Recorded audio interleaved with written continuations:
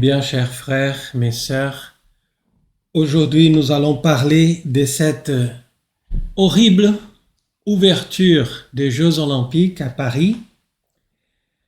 C'est la blasphème et le satanisme que se mettent en place dans la ville qui était avant un centre de référence de la société chrétienne catholique. Aujourd'hui, malheureusement, nous avons cette image de Paris comme celle qui représente la prostituée de l'Apocalypse. Donc nous allons parler de ça et nous allons montrer que cet événement qu'on vient de voir à Paris le vendredi passé, c'est comme on marque pour montrer que nous sommes en train de commencer les événements de la bête. Donc il faut faire attention parce que c'est plus qu'un rituel, c'est un signe de l'installation de ce pouvoir de l'Antéchrist. Donc c'est tout à fait une représentation symbolique de ce qui va maintenant s'organiser dans le monde entier pour le contrôle mondial des Satan. Donc d'abord, il faut comprendre que la Révolution a utilisé du sport pour enlever les sociétés de cet compromis avec l'Église et d'enlever de la civilisation en général toute la conscience de ce devoir vers Dieu pour créer une espèce d'idolâtrie des compétitions, etc., tout ça qu'on avait dans le monde païen. Donc la première version des Jeux Olympiques était à Athènes, 1896, organisée par un Français. Et justement, il voulait, à cette occasion, c'est-à-dire à la fin du 19e, montrer que tout était organisé pour reprendre le paganisme. Ce n'est pas par hasard qu'ils ont fait tout ça, juste Athènes. Donc, les sports en général, aujourd'hui, c'est piloté par ce monde globaliste. Ça, il faut comprendre. Et surtout, les Jeux Olympiques sont faits exprès pour tourner les cœurs des gens vers toutes ces passions qu'ils vont promouvoir à partir du moment qu'ils mettent des compétitions et des choses qui vont attirer la foule vers toutes ces choses qui tournent l'attention qu'on devait donner à Dieu. Donc maintenant, ils donnent à tous ces jeux. Donc ce qui se passe à Paris maintenant, c'est justement la 33e édition des Jeux Olympiques modernes. Donc vous voyez que ce n'est pas par hasard, il s'est bien pensé et ce n'est pas par hasard non plus qu'ils sont installés à Paris. Donc comme on vient de dire, Paris c'est un symbole du catholicisme. Et maintenant, ils ont fait de cette ville un symbole de la révolution, de l'homme moderne, de la conquête de Lucifer. Donc ils ont remplacé la cathédrale de Notre-Dame, qui était un symbole de la dignité du Moyen-Âge, pour la Tour Eiffel. Donc on voit bien la différence entre la cathédrale de Paris, qui était un symbole de la lumière du Christ, et maintenant qu'elle est éteinte, nous allons voir la lumière de Lucifer qui brille dans la Tour Eiffel. Tout ça, c'est bien pensé, parce que ce sont les conquêtes de la Révolution. Donc, tous ceux qu'ils ont mis à Paris pour l'ouverture de cette version des Jeux Olympiques sont clairement des rituels et des cérémonies qui vont faire une espèce de messe noire qui va se composer de peu en peu avec l'entrée des athlètes dans la Seine, parce que la Seine représente aussi une rivière qui va toujours assister à les événements de la victoire de l'Église, et après, elle va assister aussi les événements de la Révolution. Donc, c'est une espèce de témoignage, c'est un symbole important pour la civilisation. Et donc, ils vont entrer comme des nouveaux prêtres. Ils sont acclamés par la foule. Après, c'est Macron qui préside. Il va organiser toute cette démarche pour que tout le monde puisse reconnaître les pouvoirs de la lumière. Donc, la lumière, comme on dit, c'est selon les concepts du luminisme du XVIIIe siècle. Donc, ce sont des Illuminati qui sont là pour montrer, vous voyez, Lucifer, maintenant, c'est les rois. C'est ça le message. Donc, c'est tellement moche, c'est tellement horrible, c'est tellement offensif ce qu'ils ont fait, qu'il y a des pays qui ont interdit la divulgation des images, parce que c'est vraiment offensif à ceux qui ont minimum de critères pour regarder quelque chose qui soit digne. Donc, c'est affreux, c'est honteux, et je pleure sur Paris aujourd'hui comme Jésus a pleuré sur Jérusalem, parce que c'est triste, c'est la catastrophe, c'est humiliant.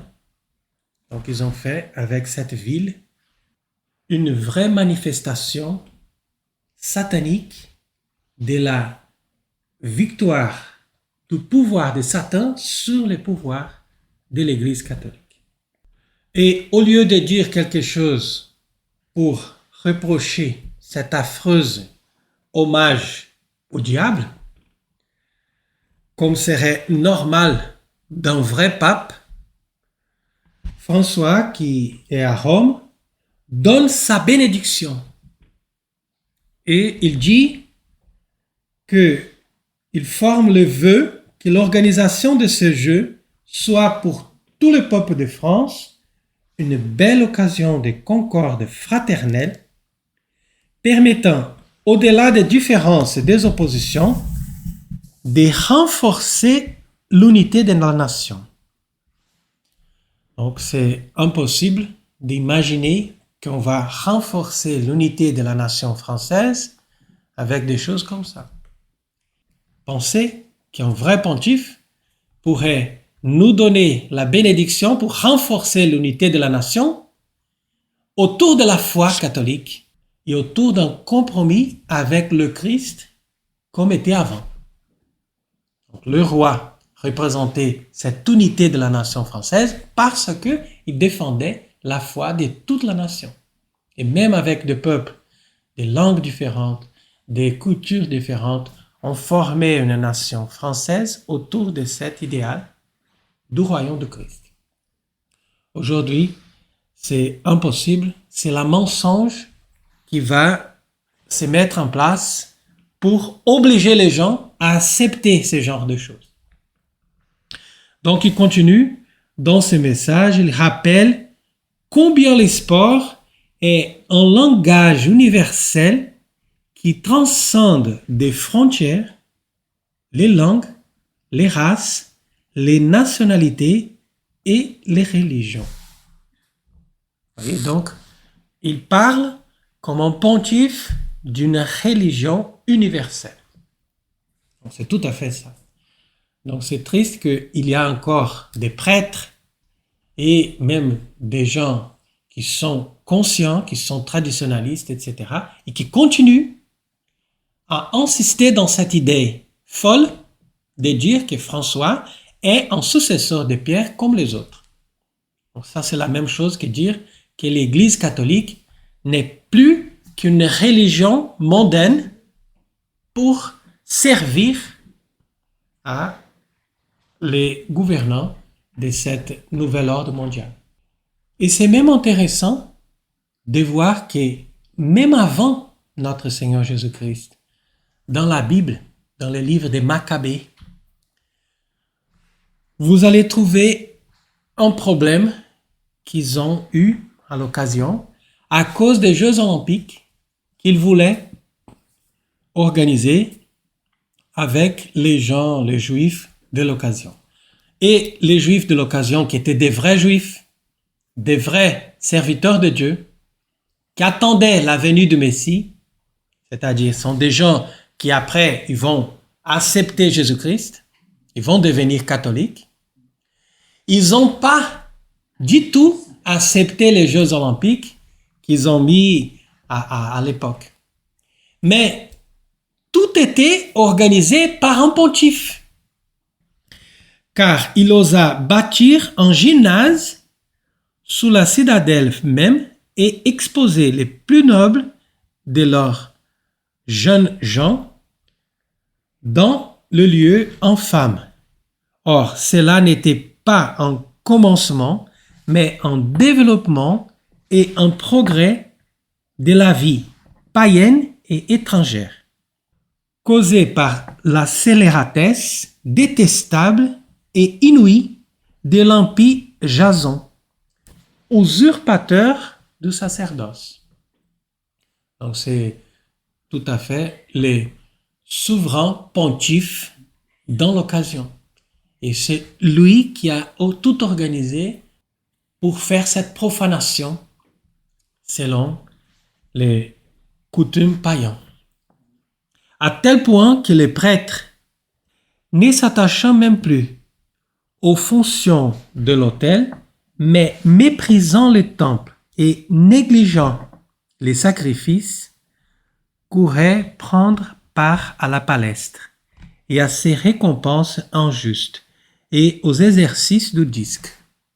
Imaginez, donc les prêtres, tous, ils étaient dans cette magouille qu'ils ont organisée à l'occasion. Et ne faisant aucun cas de ceux qui étaient en honneur de leur pays, ils regardaient comme excellentes les distinctions à la manière grecque. Donc c'est évident que les diables étaient déjà à cette époque à la tête de tous ces Jeux olympiques, même avant Jésus-Christ. Et c'est évident que aujourd'hui, dans cet esprit révolutionnaire, ils mettent l'esprit du paganisme au-dessus de la grandiosité et de la beauté de la société chrétienne qui était installée avant en France et à Paris. Donc c'est pour ça que quand on regarde, on voit qu'il change la beauté par la laideur et il travaille avec toutes les images et toutes les musiques qu'ils ont fait chanter, etc., pour montrer que la France n'existe plus. La France des belles chansons, la France des belles endroits, tout ça a été méprisé. Donc, vous allez voir comment nous pouvons interpréter que même si les Jeux olympiques étaient déjà avec un esprit satanique et un esprit révolutionnaire contre Dieu, cette version de cette année 2024 à Paris, c'est encore pire parce que c'est l'opportunité de montrer à Paris que sont ces genres de choses qui maintenant se mettent en place dans le monde. Donc on peut dire que c'est le sommet de la révolution, c'est l'implantation de cette nouvelle société qu'ils ont organisée maintenant par trois principes qui sont présents dans la révolution depuis le début. Et c'est la liberté, la fraternité et la égalité. Donc ces trois principes sont des principes lucifériens et qui sont joués à la manière des philosophes sataniques. Donc, dans le sens de la liberté, ils comprennent qu'on peut faire n'importe quoi. Donc on a organisé dans cette cérémonie d'ouverture des danses, des musiques, des choses qui en mettent ensemble des lesbiennes, des transsexuels, des homosexuels, des gens qu'on ne sait même pas qui sont, avec des enfants. Pour mettre aussi l'idée que la pédophilie n'est pas grave. Donc on est tous ensemble dans cette danse macabre de cette liberté totale. Donc la liberté est représentée par ça. Après, vous voyez la fraternité autour de ce message du sport qui va unifier, comme dit François, l'imposteur. Et on va voir comment cette idée de fraternité va entrer dans l'esprit des gens par les sacrifices de la vraie religion. Parce que ce qu'on garde, c'est ça, c'est qu'avant, on n'avait pas la fraternité, on avait des disputes, on avait des guerres, parce que l'Église, avec ses dogmes, elle bloquait les gens, bloquait les idées. Donc, on imposait une religion en disant c'est la révélation de Dieu. Maintenant, toutes les religions sont considérées valides et comme ça, on peut laisser la religion à côté et on va mener les sports. Parce que les sports vont unir les gens, va faire cette fraternité, comme dit François. Et troisièmement, l'égalité. Parce qu'il n'y a pas une autorité à Rome, il n'y a pas une autorité à Paris. Vous voyez, donc c'est tout à fait cette stimulation d'une société d'égales. Quand on voit les fils conducteurs de la cérémonie d'ouverture, on arrive à la conclusion, il n'a pas un roi, il n'a pas une direction, il n'a pas quelqu'un qui dit, écoutez, ça c'est moche, ça c'est pas bon, ça c'est pas lucide, ça c'est pas d'accord avec les principes moraux. Donc, vous voyez que cette manque d'autorité, des vraies et des légitimes autorités, c'est les fils conducteurs de tous ces messages. Et après, ils vont mettre un message aussi de qu'on doit attendre une autorité. Donc c'est pour ça que pendant toute la cérémonie, on voit un personnage étrange qui va au-dessus des toitures, qui va passer partout, qui va rouler n'importe où avec la flamme du feu olympique. C'est le feu de Lucifer. Parce que vous connaissez la légende de Prométhée. Donc on va prendre le feu de Dieu et on va donner aux hommes. Donc ça, c'est le but de Lucifer. Il va se montrer comme quelqu'un qui est un bienfaiteur des hommes, qui va nous donner l'intelligence, la connaissance et tous les pouvoirs que Dieu, normalement, donne que à ses élus. Donc maintenant, c'est accessible à tous. Donc il vient, il a la face, le visage caché, pour montrer qu'il n'a pas de sexe, il n'a pas d'identité, il n'a pas de nation, on ne sait pas s'il est noir, s'il est blanc, mais il représente cet homme nouveau. Cet homme nouveau qui n'a pas de sexe, n'a pas d'identité, et qui reçoit de Lucifer la lumière pour faire cette nouvelle compréhension de la vie. Donc c'est très idéologique, c'est très profond et c'est tout à fait une cérémonie religieuse. C'est dans la même dimension des rites et des présentations d'une cérémonie religieuse. Donc on peut dire que tous ces messages vont s'organiser autour des figures des martyrs. Donc ils vont proposer 10 femmes qui sont des féministes et abortistes, etc., comme des saints de cette nouvelle société. Donc elles sont présentées comme des martyrs, comme l'Église avait ses martyrs avant. Et c'est intéressant qu'ils vont faire aussi une remarque sur Marie-Antoinette. Parce que Marie-Antoinette, à mon avis, c'est un symbole tout à fait sympathique de la dernière figure connue et remarquable de la France catholique, de la France royale. Donc, cette Marie-Antoinette, qui est aimée encore par les cœurs des Français, elle doit être méprisée et doit être ridiculisée. Donc, c'est ça qu'ils ont fait. Donc, ils ont montré Marie-Antoinette avec sa tête dans la main. C'est ça que j'ai trouvé un affront les plus odieux. Parce que vous voyez qu'ils ont fait exprès pour montrer, écoutez, si vous aimez cette figure, maintenant, vous devez rire de cette femme malheureuse et vous devez considérer que le monde de Marie-Antoinette et de la France catholique est terminé. Donc, c'est pour ça qu'ils ont mis cette grande maison en feu. Donc, tout ça représente, évidemment, la France catholique qui est terminée, qui est en train de disparaître.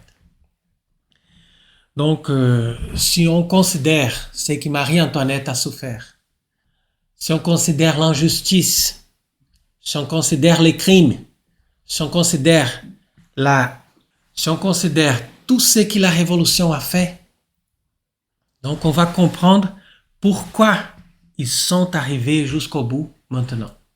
Parce qu'ils sont vraiment guidés par cette haine qui vient de l'enfer contre ceux qui Paris a fait contre eux. Donc ils sont toujours dans cet esprit de vengeance contre Paris, contre l'Église catholique et contre la maison royale de la France.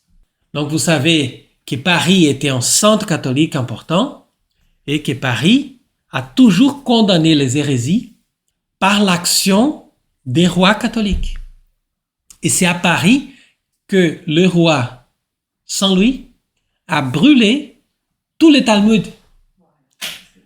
Donc, les Juifs qui sont talmudistes, kabbalistes, qui sont ceux qui pilotent tous ces scénarios-là, pour eux, c'est absolument nécessaire de brûler la Paris catholique et de se moquer de la maison royale de la France. Et je vous assure que cette cérémonie satanique qui était mise en place serait impossible si ils n'avaient pas brûlé la cathédrale de Notre-Dame avant. Donc ça était dans les projets. Donc on va faire ça à Paris 2024, c'est bon, mais avant, il faut qu'on brûle la cathédrale de Notre-Dame. Parce que la lumière, la force et l'icône par excellence de la Paris catholique, c'était cette cathédrale. Et malheureusement, ils ont détruit parce que ça a été criminel, ça c'est clair et net. On n'a pas aucune raison de penser que ça pourrait être un accident. Donc, je vous assure tout ça parce que nous, on garde un petit peu de liberté encore pour parler telle ou telle chose, mais au bout d'un moment, on n'aura plus cette liberté. Donc aujourd'hui, je viens pour dire à ceux qui veulent aussi continuer à mener la foi catholique et qui se considèrent des vrais catholiques, donc nous, on doit se rassembler par cette idée que nous sommes appelés aujourd'hui à endurer cette guerre contre-révolutionnaire et maintenir non seulement notre foi, mais aussi maintenir les propos de la restauration du royaume de France. Et moi, je suis sûr que la France, elle a un rôle absolument nécessaire pour la vengeance de Dieu contre l'Antéchrist. Ça vient après.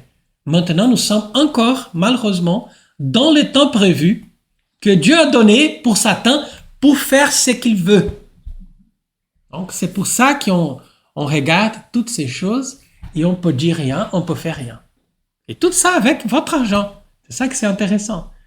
Ça, c'est millionnaire. Les gens qui vont dans ces événements chanter n'importe quoi ou dire n'importe quoi, ils reçoivent des milliards d'euros pour faire tous ces spectacles pour Satan. Et c'est à vous de payer. Donc c'est ça que c'est triste. Mais on peut résumer dans cette analyse qu'on fait, il y a 7 signes qui sont les plus remarquables dans cette cérémonie religieuse, satanique, d'ouverture des Jeux olympiques.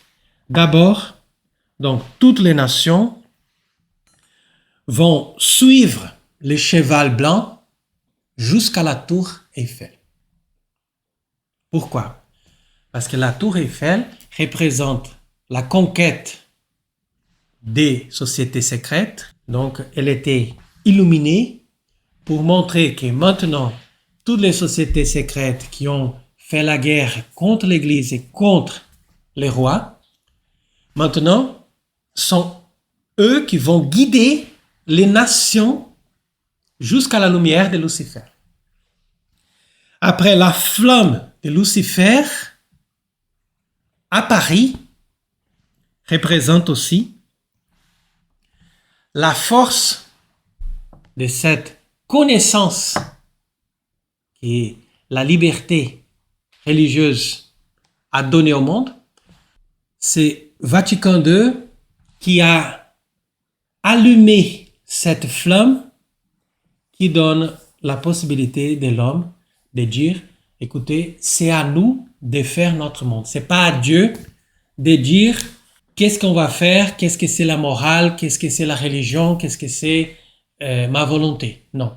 Cette flamme, aujourd'hui, c'est tout à fait la flamme de Prométhée qui représente la connaissance de l'homme par soi-même et qui va amener jusqu'au bout la victoire de l'Antéchrist. Donc c'est pour ça que ce personnage étrange qui va porter la flamme, il représente la venue de l'Antéchrist et en même temps il représente la mort. Parce qu'il montre aux gens, écoutez, pour cet événement, c'est-à-dire pour cette gloire de l'Antéchrist, il faut aussi qu'on amène la mort à beaucoup de gens. C'est les chevaliers de l'Apocalypse. Troisièmement, comme on disait, Marie-Antoinette, c'est l'icône qui représente la France catholique.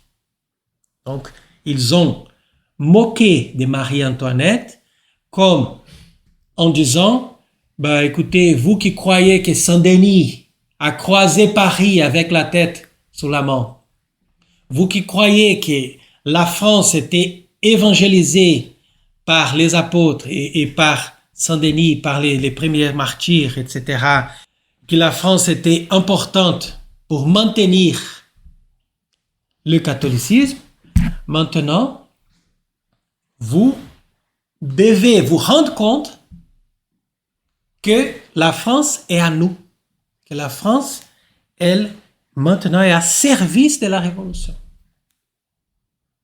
Donc c'est ça qu'il faut représenter. C'est pour ça qu'ils ont mis aussi 10 femmes féministes pour faire cette opposition, parce que les femmes qu'ils ont mis représentent la France révolutionnaire. Après, les plus affreux aussi étaient la Sainte Seine qu'ils ont organisée avec des personnages transsexuels, drag queen et des choses comme ça. Et au milieu, cette dame, une grosse femme qui est lesbienne, elle présidait la Sainte Seine pour remplacer le Christ. Donc c'est à elle maintenant de présider la célébration. Donc c'est important de voir ça parce que la Sainte Seine, c'est quand Jésus va donner les pouvoirs aux apôtres pour donner les sacerdoces.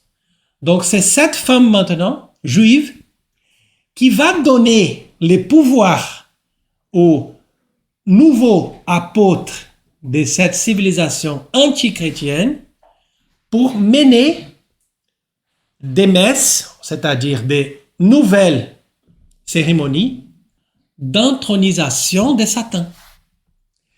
Et après le sommet de toute cette célébration était l'entrée de la nourriture.